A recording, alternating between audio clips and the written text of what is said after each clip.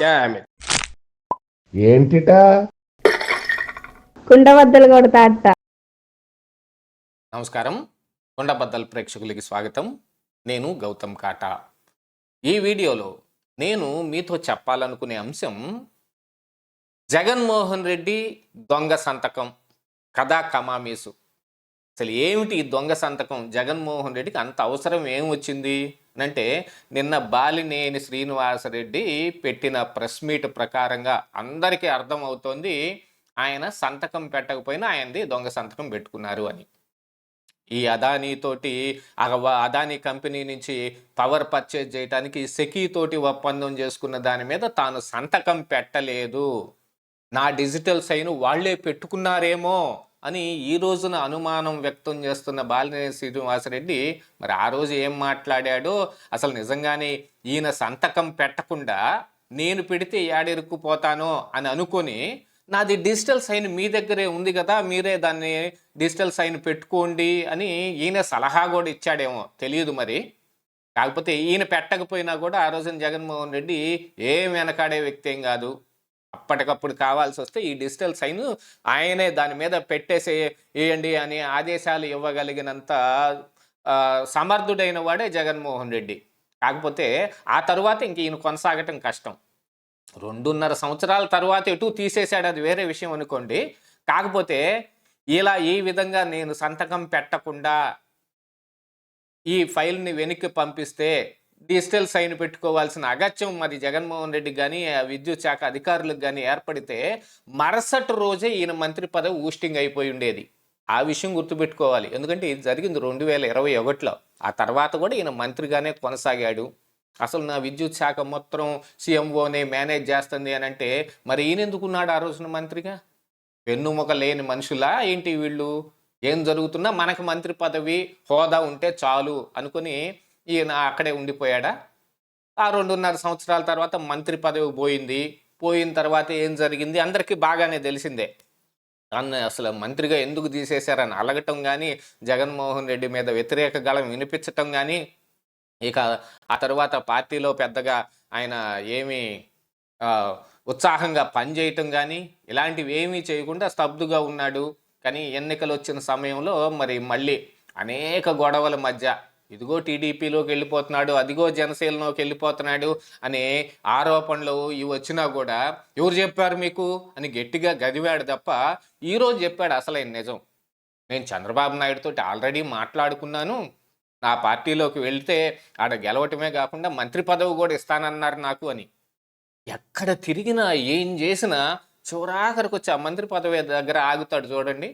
అంటే ఈయనకు కావాల్సింది హోదా, మంత్రి అనే హోదా కావాలి కాబోలు.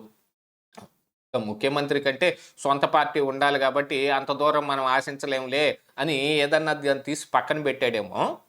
మంత్రి పదవి దగ్గర మాత్రం ఈయన మంచి పట్టుబట్టి ఉన్నాడు. పదవి ఊడిపోయిన రోజున చేసిన యాగి కావచ్చు, ఇప్పుడు మాట్లాడుతున్న మాటలు కావచ్చు, ఇది ఏ రోజున చెయ్యాలి? ఈయన సంతకం పెట్టకుండా డిజిటల్ సైన్ వాళ్లే పెట్టేసుకొని ఆ తరువాత రోజు మంత్రివర్గంలో మేము చర్చించామని చెబుతుంటే మరి ఈయన ముందు కనీసం కాగితం కూడా చూపించలేదా నీ సంతకం పెట్టేశారని? ఈయనకి ఇన్ఫర్మేషన్ ఉండే ఉండొచ్చు, డిజిటల్ సైన్ పెట్టుకోమని ఈయన సలహా ఇచ్చాడో, నిజంగానే వాళ్లే పెట్టేసుకున్నారో, ఇగో మీరు పెట్టకపోయినా ఏం పర్వాలేదు, మేము కావాలంటే డిజిటల్ సైన్ అయినా పెట్టుకుంటామంటే ఆ పెట్టుకోండి పోండి అన్నాడేమో. అదైనా కూడా జరిగి ఉండొచ్చు కదా. ఈరోజు నేను సంతకం పెట్టలేదు, వాళ్ళు నా సంతకం ఫోర్జరీ చేశాడు అన్నట్టుగానే మాట్లాడుతూ ఉన్నాడు. సంతకం ఫోర్జరీ అని అంటే ఈయనదే డిజిటల్ సైను రికార్డు చేసి కంప్యూటర్లో పెట్టుకుని ఈయనకు సంబంధం లేకుండా ఆ సంతకాన్ని ఎక్కడ పేస్ట్ చేసినా సరే అది ఫోర్జరీ కిందకే లెక్క అవుతుంది. అది చాలా పెద్ద కేసు అవుతుంది. ఈ రోజున బాలినేని శ్రీనివాసరెడ్డి చేయాల్సింది ప్రెస్ మీట్లు పెట్టడం కాదు. ఆ సంతకం ఎవరు పెట్టే అవకాశం ఉందో, ఆ సంతకం ఎక్కడ అయితే స్టోర్ అయి ఉంటుందో వాళ్ళందరి మీద కలిపి ఫోర్జరీ కేసు పెట్టాలి. నా సంతకం వీళ్ళు ఫోర్జరీ చేశారు అని. ఆ రోజున ఆ కేసుకి వెళ్ళే అవకాశం లేదు. కనీసం మరి ఈ రోజునన్నా పెట్టవచ్చు కదా. కాకపోతే ఇందులో ఉన్న వ్యవహారం మొత్తం జరిగింది ఏమిటాయి అంటే, అదానీ దగ్గర జగన్మోహన్ రెడ్డి ముడుపులు తీసుకున్నాడు. 1750 కోట్లు ముడుపులు ముట్టినందుకు గానే ఈ వ్యవహారం మొత్తం ఆగ మేఘాల మీద 7 గంటల్లో జరిగిపోయింది. అంత ఫాస్ట్‌గా జరిపించేయటం కోసం ఈయన సంతకం కోసం అర్ధరాత్రి వస్తే ఈయన అనుమానపడి పెట్టలేదు.